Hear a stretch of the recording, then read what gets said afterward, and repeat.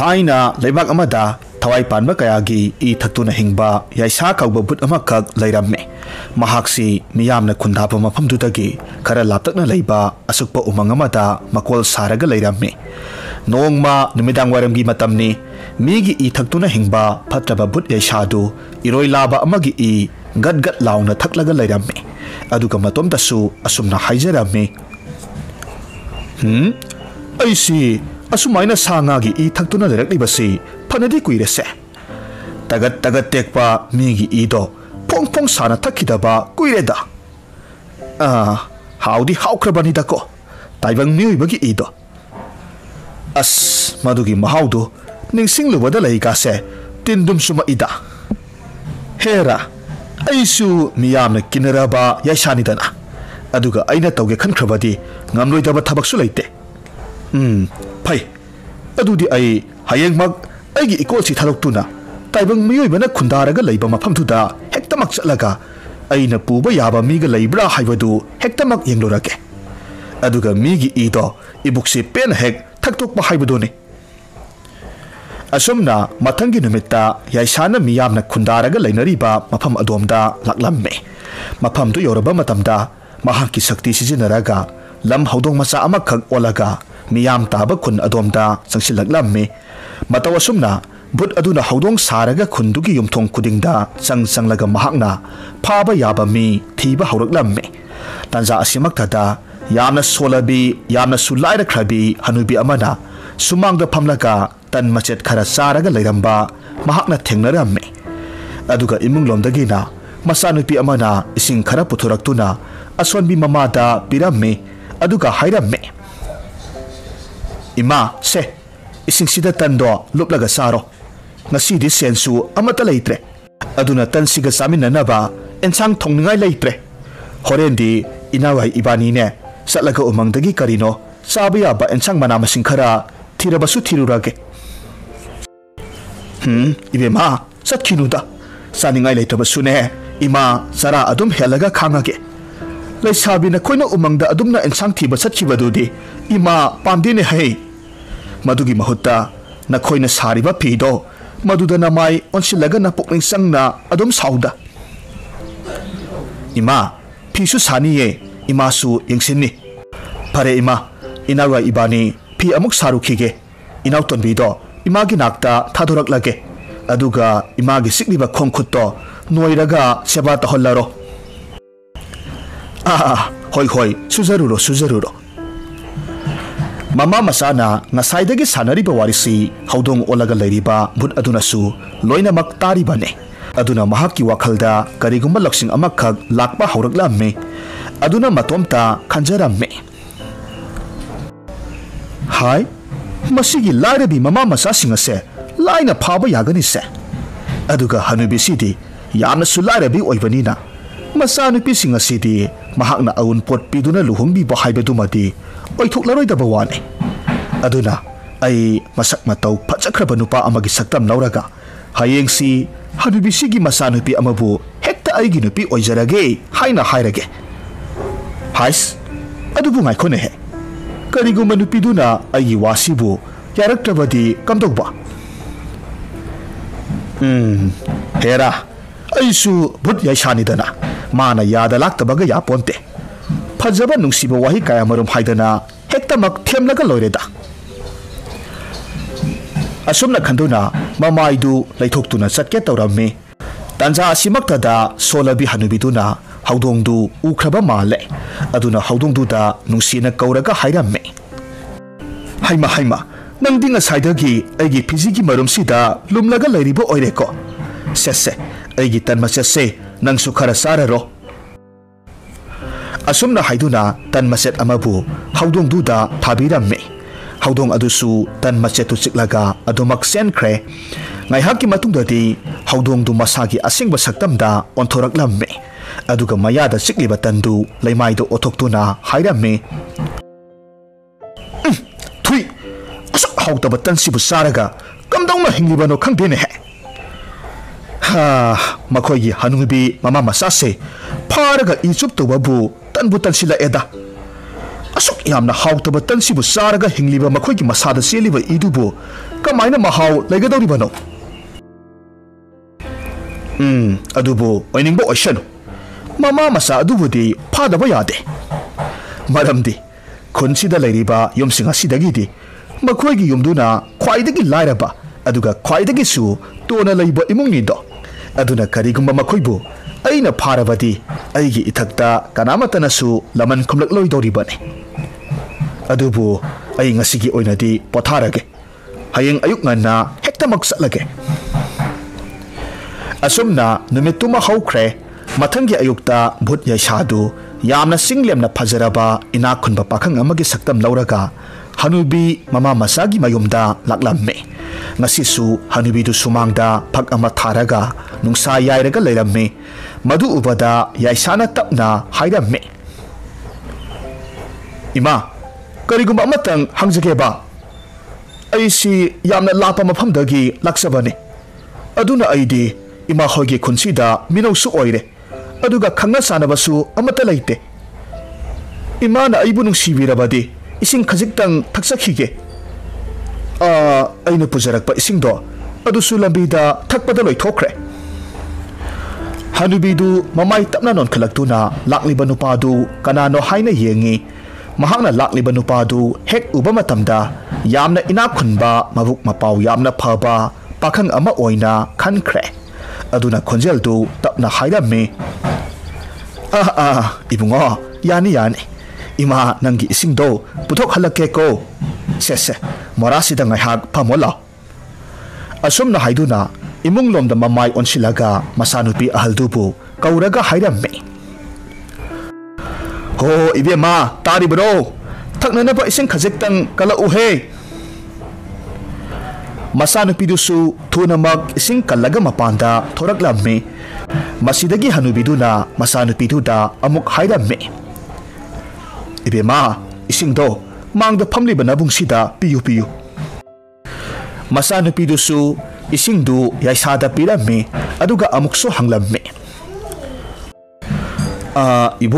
ibungbu kadaidagi lakpano aikhoigi khunsigi midi mandebo hoi ai mafamsigi minate aidi yamna lapa laibak amadagi mafamsida sum koiba lakpanida ado isangi mingdi kari kaubage ibung aibudi tharo kawi ado ibungi mingdi kari kaubibage aigi mingbudi yaisa kawi ado nakhoigidi imaga nahaka khaktang laibro yumasidabo aigi ikhada inaunupi ani amaga aikhoi mari laye ibung aidi imaga nangadang ubasida nakhoi ani khaktang laibra haidana khallure lana lawganu ko lawdeda aduti ibung imaga ngaihak wari watai sanaraga leibiram khoko ai imungda thabak inkhang khara losilukige masidagi di aishana hanubiduda onsilaga hairamme ima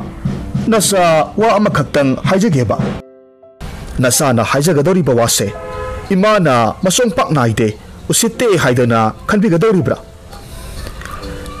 ibungo kari wano ne hektamak hayune imagi sanupi tharose nasana hek ujaba maktada thamoida nungsiba phaujakre imana yabiragadi mahakse nasagi taloi oijaragi haibabu imagi kari wakhal laibibage karigumba nasagi wase imana bu yabirabadi aina mabu maharani amagumna nungaina thamjage aduga aidi mi ataidawna aun potka amata lawjaroido aina pamba haibabu tharo khaktani aingonda aun potki thoina darkar oijade wafamsi tabada hanubidu mapukningda haraujaba amadi phawramme maramdi mahaki masanupi ahumag mayum makai panbagi matam loinamak sarabane adubu lairaba oibana awanpot amata piningai leitabadagi ngasi phauba mayum pandana leirakhibani aduna hanubidusu yaisagi wa adubu yaningba utuna hairakhi ibunga nangna hariba wa adubudi lairaba aikhoigidi yamna laibak phaba wafamnido adubune imana isanupi asigi pukningi warol amatangdi hangkige ko. Asumna haiduna imungda lairibi Tharobu kauthuklamme aduga hairamme. Imagi Tharo, yengoi, mangda lairiba nabungse, mana nangbu taloi oijarage hairiye. Wapamse, imana suyaninglabani, adubu isagi wa amatang tadrabadi, imana ayabado, hekta magpiba ngamdrene hei. Ima, nasagi di imana pagani khanbado, adumak yaganida. Oh, pare pare. Adudi ipungo, nang lakningasida, isanupi sibu puhrage hairibaro. Hoi, ima, nasa adum punna satmina krage.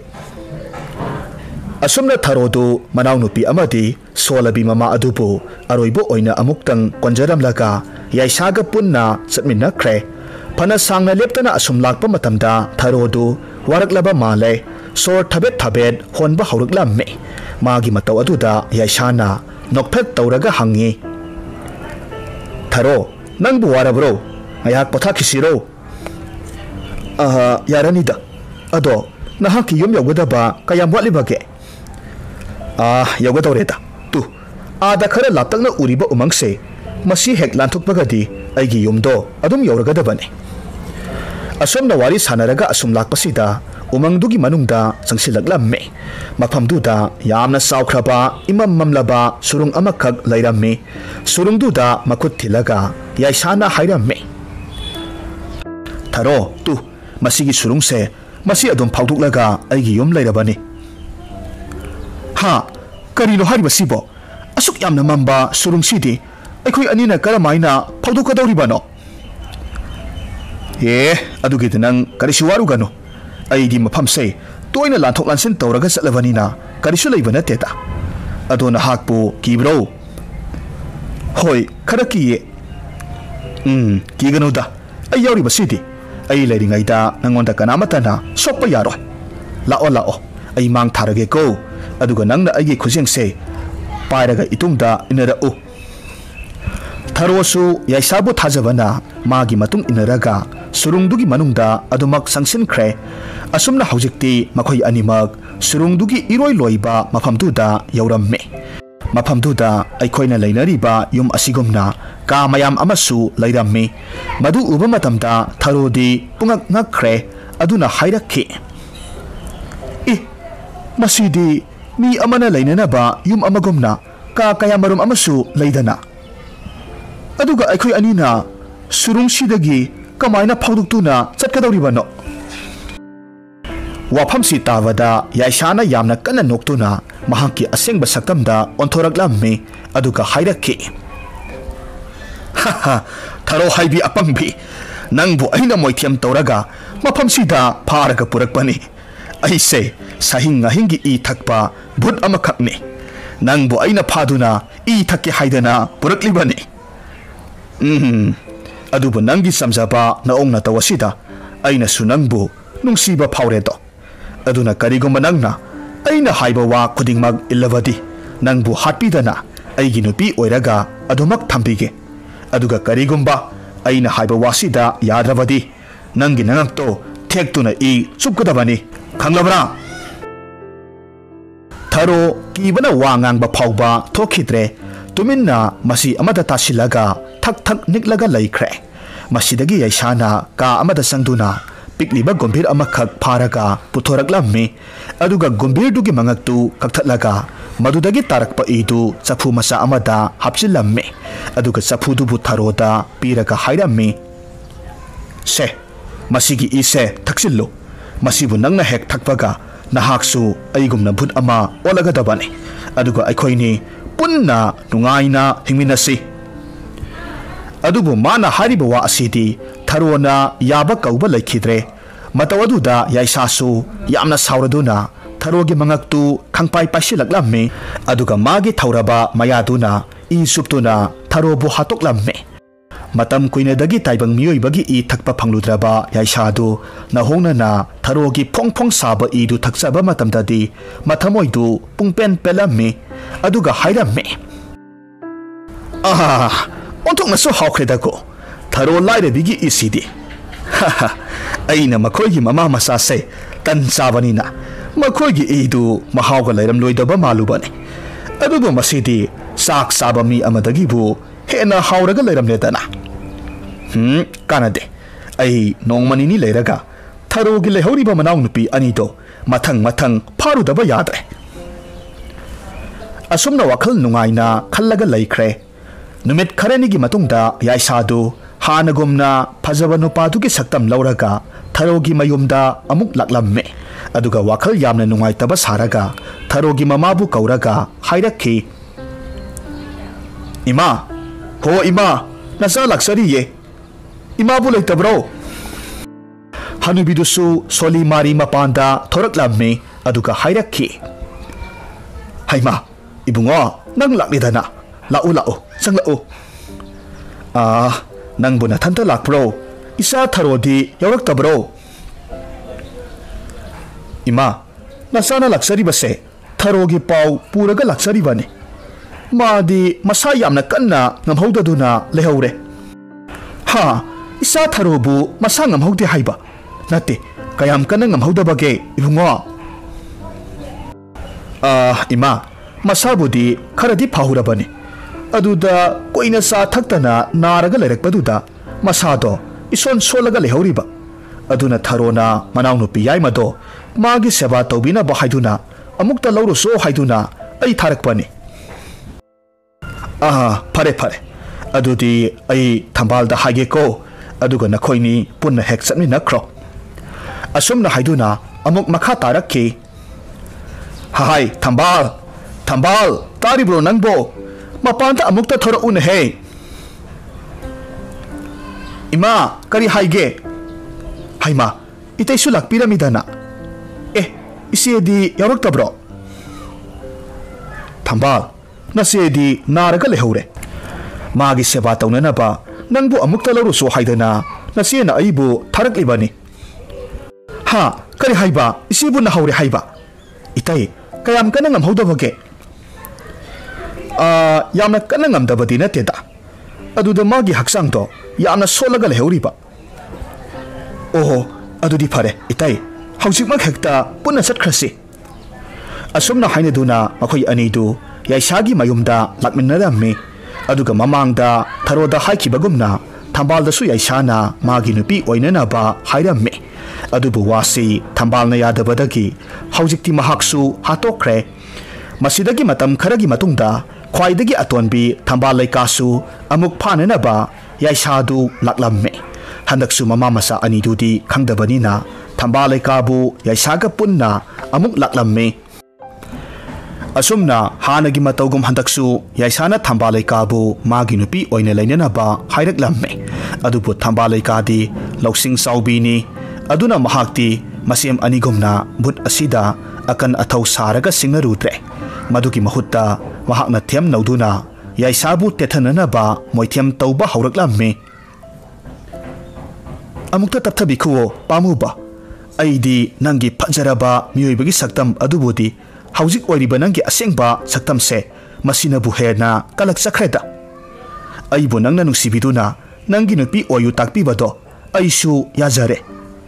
adubu aina haijaningba wa amadi aise ngasidagi tharaga sahi ama phawbadi yum panba yadre karigumba yum paluba thoklabadi aigi ipuroiba oigadoriba misak ado sahi phadana siyu haidana aigi laibakta tambiramme asuk yamna nungsiba nahakse aina mataw kamdawna asibagi khayata langsingadoribano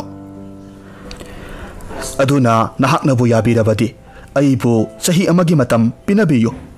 masi haire haiduna aibu amuk iyumda halhanbiro haijabadi na chade aibusu nahaki yum asida sahi ama phadriba phawbadi adumak lahenbiyo aduga hayengwai manung matam saraba kantuda nangi nupi oina loksinbiyo karigumba nangna aigi wa asida yabiningrabadi isem anigumna aibusu hatokpiro thambal laikagi nungsiba wahai wata sitabada yaisasu thamoi pethakre aduna thambal laikagi wa adubu harauna yare masidagi makoi ani matam kharadi yaisagi mayom aduda harauna leire adubu thambal laikadi yaisana sa tanba hek hek chatkringe matamda भूत असिगी मयुमदगी थोकननबा लंबी अमा कोइथी थीरिबने अदुबु लाइबक थीबा हाइगद्रा हौजिक फाउबगीदी थंबा लैकादु याइसागी मयुमदगी थोकपा ngamdana अदुमक लैरे नोंगमदी थंबा लैकाना याइसादा खरा केसिनरगा हंगलक्लाम्मी पामुबा ngasidi ai kainomta hageba karino hayo aduburo nangi yumsida lairiba kamayam asida kari kari leibage karigino nangna madu aingonda hanglibade kamayam se nangna aigi nupi oiraba matam adu khaktada sangba yadoribane aduga karigomba nangna hojik ngangamradana changlurabadi nangi thawaido soidana mag mangdoribane saubirabro saukinuse aidi sumna sum khangingduna hangbane ado nangna yadrabanina ai makhata na hanglaroige hayeng kasing asida sangba yaraba matamduda nangga punna hek sangminarasi pare pare aigi ngasigi thaknana basagi idudi kadaida thammi se sida leire se thaksillo aduga nangidi kari oina saba taraba aigi budi ngarang nangna phabirakpa nga do lairiye madu oina maida lauraga sarage asumna nongmanini gi matungda yaisadu hanagi matawgumna umangda sa tanba adumak chalammi mahak leitabagi tanjadu lauraga thamba laikana yaisagi sangba yadaba kamayam adubu amamamtang oina sanglaga yenglamme aduga laibakna pharibasu kamayam dudagi mayai ithang thangbaka adudi yaisagi yumdagi nanthoktuna satkinaba lambi oiraga leiramle masidagi thamba laikana khonglei thuna lambi aduda selaklammi aduga mahaksu haujikti yamna sukpa umang amada thungledo matam adumakti numisu tasilakadaure maramasidagi thamba laikadi yamna pakhatpa phaurammi aduga mathamoidasu asumna khanjaramme oh yaisa haiba bhuttugi makutagi nanthoktuna selakle aigi thawai hingjaragani haina khalubane adubu mafamsida umangi sa kaina oina saduna thawai se mahangba taragada hey sorry bungo tolabina sabu amuktadi kanbiuba naha ki thawjalbu phanglabadi tolabina sada tumba hipa sangadaba upu amakhaktang pinabiu aduga upudugi sojaina aiha ki kokta hauriba samnang asina oihanbiudo mahakna thamoi sengna nijabadu taibang mapu mahakna su tabiraba male khudak aduda magi mamang maktada korina saba upu amakhak thoraklamme matau aduda thamba laikana su mahakna nijaribadu taibang mapu mahakna pibire haibasi khanglammi masidagi mahak upu manungduda sangsinkhre aduga magi sam aduna so oiraga upudu setna lonsiduna ahingduma leklamme mathangi numita thamba laikadu sa yamna lamba phaurakpadagi upu manungdudagi thoraklammi aduga umangduda saba yaba uhiga panbra haiduna koithi thiba haurakki haiba matam asida yamna phajakraba ngangsang ngangba haikha kaya marum zum lauba makhai palaga leiramba mahakna thengnaramme masidagi thamba laikana yamna harauna chensinduna haikha dubu hektuna saramme tanja asimaktada leibaktugi yamna masak matau phajakraba temba kauba pakhang amakhak mahaki marup singaloinana sa tanba laklamme aduga temba nasu thamba laikana haikha hektuna saram libadu khara laptakna uramme temba di thamba laika gi phajaba masak mataudu ubaduda yamna nungsiba phauраmme temba gi yengliba mityeng tauriba matawduna temba gi marup sing aduna di temba na thamba laika bu nungsire haibasi khanglamme maramaduna mahaki marup amana temba da hairamme itawibo adumaina sadawa makai yenglaga leibanadi kanaroida chalo nupi siki manakta sangsilaga wari saba haujiluso ita kamaina wari saba haudoribano nahan makai di nupi gi wapan bada aikoida pangsaida saibado haujikti ningam laktrabara aikoina hek nupi gi maramda takpiba parado nangna tasilam lavadi hausik nupi da karamna wari sagada ke haibado khanglam gadabani as itaw yarese nakhoi gi se aigi mateng pangi haibra pangloi haibro madu ta hayu ai saudanaga tawriba malene saukhinuse aikhoi wa haige nupi do wari sanaba hauge hairabadi fajaba athopa wahi kaya marum haidana makhoigi pukningbu sumhanaba honagadabane as itaw nakhoina haribado ai haidoba mandeda adubu phare ai laibak hektamak yenglorage asumna haiduna thambalaika gi manakta tapna changsinba haurammi adubu thambalaika di tembana magi manakta changsilakle haibadu khangbadagi yamna thuna maphamdu thadoktuna senkhre tembana su mabu khamnana ba kanna honarammi adubu thambalaika di tembana khamba yadaba makhai adumak senkhre aduga magi upu manungduda lotuna laikre tembadi thambalaika no upu manungda lothibadu uhodre aduna mahakpu umangduda koithi thiramme thiba yaba thirabasu phangba kaubadi leitre masidaki mahaki marup sing aduga loinana amuk umangdugi kasin koya sinba thungna thiba hauраklamme matam asidasu thambalaika di phangba ngamdre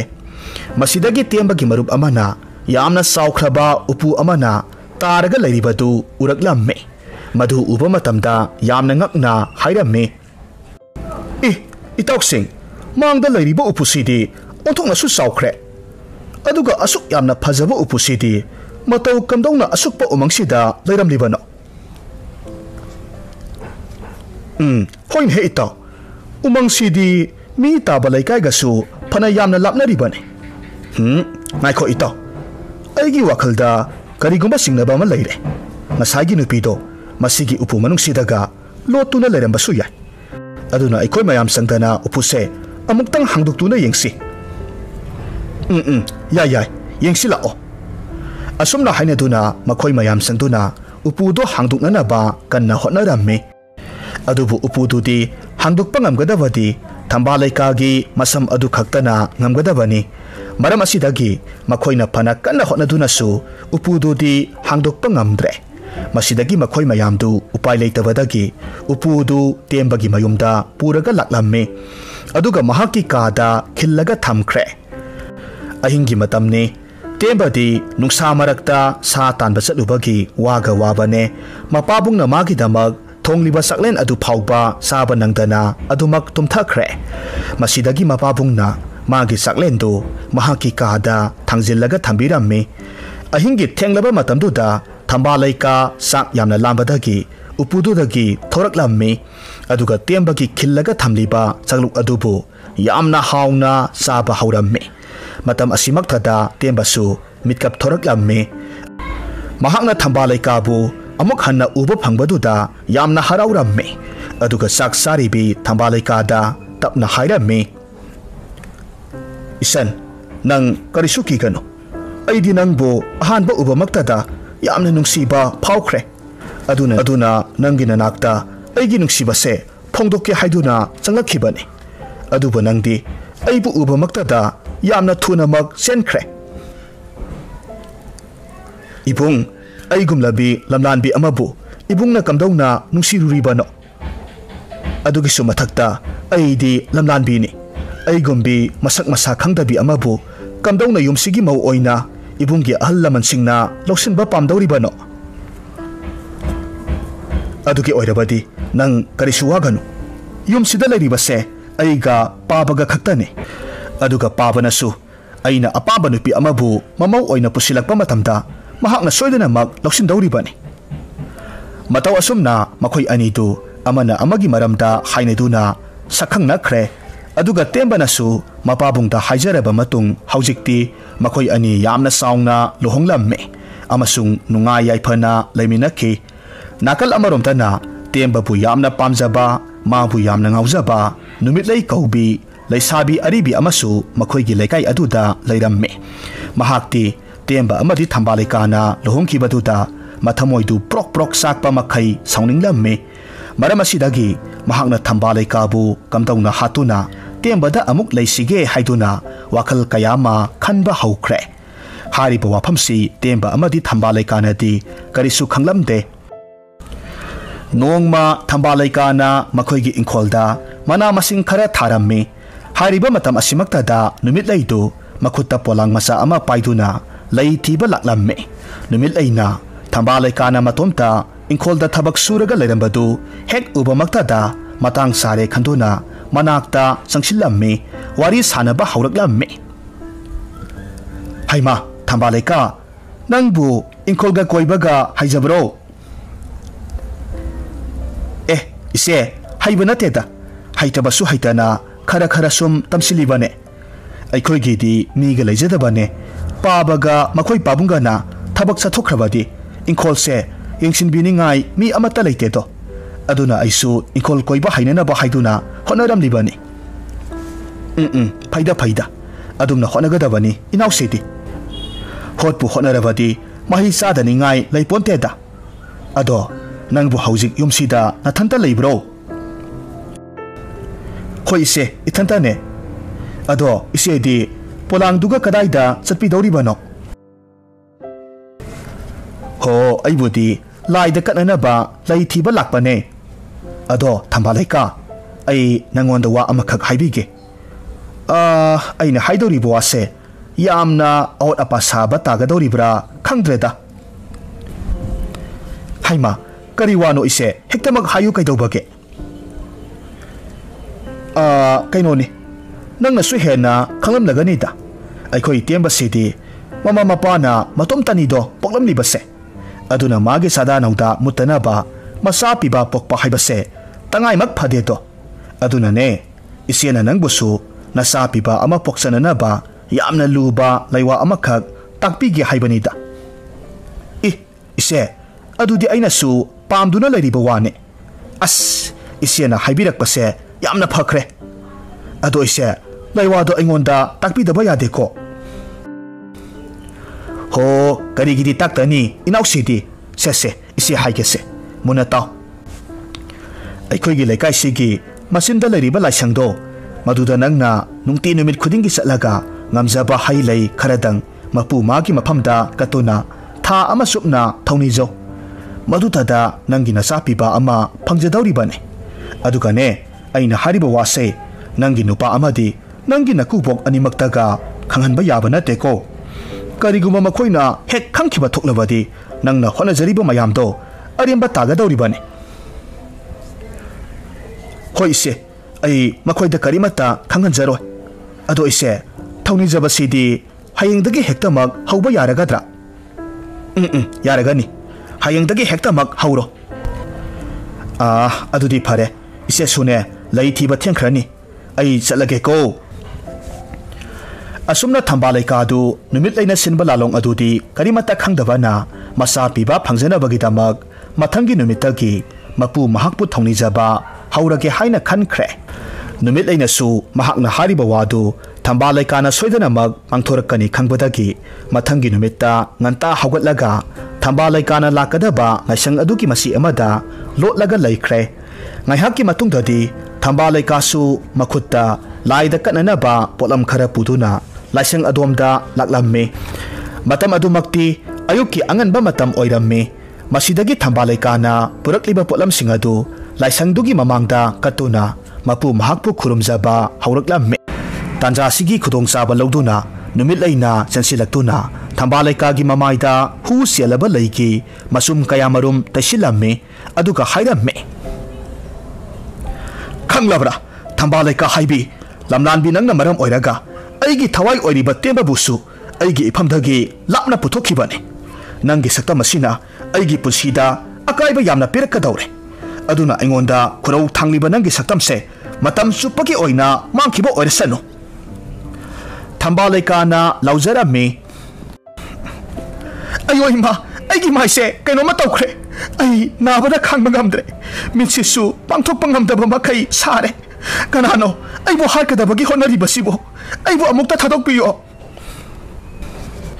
ꯑꯗꯨꯕꯨ ꯊꯝꯕꯥꯂꯩꯀꯥꯅ ꯍꯥꯏꯖꯔꯤꯕ ꯄꯨꯝꯅꯃꯛ ꯅꯨꯃꯤꯠ ꯂꯩꯅꯗꯤ ꯀꯔꯤꯁꯨ ꯇꯥꯕꯤꯔꯝꯗꯦ꯫ ꯉꯥꯏꯍꯥꯛꯀꯤ ꯃꯇꯨꯡꯗꯗꯤ ꯊꯝꯕꯥꯂꯩꯀꯥꯗꯨ ꯆꯩꯅꯥꯗꯨ ꯈꯥꯡꯕ ꯉꯝꯗꯕꯗꯒꯤ ꯂꯩꯃꯥꯏꯗ ꯒ꯭ꯌꯥꯟ ꯃꯥꯡꯗꯨꯅ ꯑꯗꯨꯃꯛ ꯍꯥꯏꯊꯈ꯭ꯔꯦ꯫ ꯃꯇꯧ ꯑꯗꯨꯗ ꯅꯨꯃꯤꯠ ꯂꯩꯅ ꯍꯥꯏꯔꯝꯃꯤ, ꯍꯥꯏꯁ, ꯃꯁꯤꯕꯨ ꯁꯤꯔꯕ ꯖꯥꯠꯂꯅꯦ? ꯁꯤꯕꯨ ꯁꯤꯔꯝꯂꯕꯗꯤ ꯐꯩ, ꯀꯔꯤꯒꯨꯝꯕ ꯑꯃꯨꯛ ꯍꯤꯡꯂꯝꯕ ꯊꯣꯛꯂꯕꯗꯤ ꯑꯩꯒꯤ ꯏꯊꯛꯇ ꯂꯃꯟ ꯈꯨꯝꯂꯛꯄ ꯁꯣꯏꯔꯣꯏꯁꯦ꯫ ꯁꯤꯔꯕ ꯃꯥꯜꯂꯦꯗ꯫ ꯑꯁꯨꯛ ꯌꯥꯝꯅ ꯍꯨ ꯆꯦꯟꯕ ꯂꯩꯁꯤꯅ ꯃꯃꯥꯏꯁꯤꯗ ꯇꯩꯁꯤꯜꯂꯒꯕꯨ kanaana hingzarugadabano hai phajabi siro siro nangna sirabadine temba se aigi oiragadabani asomna hairamlaga numit leidu adumak satkhre ngaihakki matungdadi laisangduda yamna ahal oirabi lainingbi amakhak laklamme mahakna leimaida taduna leiribi thambalekabu ubamaktada yamna pakhatna yenglamme aduga mahakki khudangdu pairaga mihun leibra hainasu yenglamme thambalekasu sibamakti natabanina hanubiduna-su mihun leiri haibasi khangnaduna thambalekabu magi piklaba khangpoksang aduda puraga satlamme aduga magi haijaba mahina hidak langthak khara semlaga thambalekabu ningthina layeng pathap chatharamme nakan amaromdana tembadu thambalekana mangkhiba numitudagi angaubagi matawgum oiramme mafam khudingda chatuna thambalekabu koithi thiramme asomdasu thambalekadu tembabu ningsingduna adumak leiramme adubu mahakti numit leina tawkhiba phattaba thabak aduna mahaki phajaraba saktam pumnamak mangkhrabane maramasida-gi haujikti mahaki oiriba athiba saktamdu tembana uraga mahakpu nungsibiraroi khanduna tembagi manakta satana hanubiduga adumak punna leiramme adubu nongmagi numit amadadi tembadu ngausatnaduna asum lakpa matamda hanubidugi khangpoksang aduda thunglamme tanja asimakti thambalekasu sumangda phamduna hanubiduga wari sanaraga leiramme adubu tembana thambalekagi samlangdu ubamaktada mahaki saktam hongkhrabasu nupisi thambalekani haibasi khangladuna yamna thuna chansilaklamme tembabu ubamatamda thambalekadi mamaidu makut masa aniduna khumjillaga leikhre tembana mahaki khumjiliba makuttu tapna hangdokpiraga hairamme karigino nangna aibu uraga lolibade nangse aigi thambalekani haibase aina khangi nang buthibada ai kayam wai haibasi nang khangdabra nangna saktam hongkhrabasu nangi nungsibasidi nangi saktam asina mayeng khak tahanba leitiye hayo ngasi nangki oiriba saktam se kanana ohenbano thambalekana khumlakhi ise numit leina aibu isa piba phangangani haiduna moithiam tawduna phibam se yhon khibani oh phai phai madugi leisabi aribi khumu thokpido hojik phawba ingonda midyeng karan chaliboire phai ma ngasi nupa phangdaduna leibado yamna waram lagani aduna a asi lebakta zom maharaj ka oina nusinaba oiresanu asi haiduna thambalekabu kanbirakhibi hanubiduda onsilaga amuk hairamme ibok nangna aigi thambalekabu tekta kaidana thambirambagi-damak thagachari ibokki lamanse nasuna mapok asimagi singba ngamlaroi ye isusidi karigi lamanno aikhoi taibang miyuibase amana amagi mateng pangnaduna hingminagadabani aduga nakhoi anina harauna thengnajaba asina ibokisu apenba haibado oirene hei asumna wari watai ngai hak sanaramlaga temba amadi thambalekasu mayumda halaklamme aduga tembana thambalekabu mayumda thanamlaga yamna sauna numitleigi mayumda laklamme aduga mahakpu nungsiba saduna khonjel kadu khara nautharap tawraga kauraklamme ise tabro ho ise numitlei ho kanano nungsa yakna saraba kansidabu aibu kauribasibo haima temba nang oireko aidi laikagi angauba angangsing oiroboi khallure nate nangbu kadaide salubano aikhogi sida sumlaklibro hoi ise ai ise da matam koinadagi phongdokpa ngamladuna leirakpa wa ama khaktang phongdoksagi haidana laksari bane kari wano ne temba se koiganu phat hekta hairao ise ai ise bu yamna nungsise aigi wasibu ise na bu yabirabadi haujikma khungi laisangda satuna aikhoini luhonglurase haima temba nangna haribu wadubu sengdi sengleko hoi ise asengbane as aidi haraubuna kainoma tawreda lao adodi thenkragani haujikma hekta chalase asumna temba amadi numit lei laisangduda laklamme Mafamdu yorabada tembana numit leibusu thambal leikagi mamaida hu senba leigi masumna tashin khiba adugumna numit leigi mamaida su tembana hu senba leigi masumdu tashilamme adubu numit leiti hu senba leigi masumdu yanungda sangkhibadagi khudak aduda mathwai tharamme mataw asumna tembana magi nungsibi thambal leikagi laman singba ngamlamme masidagi temba amadi thambal leika makhoi anidu yaipinaba kanamata yaudana yamna nunga yaifana hingminakhi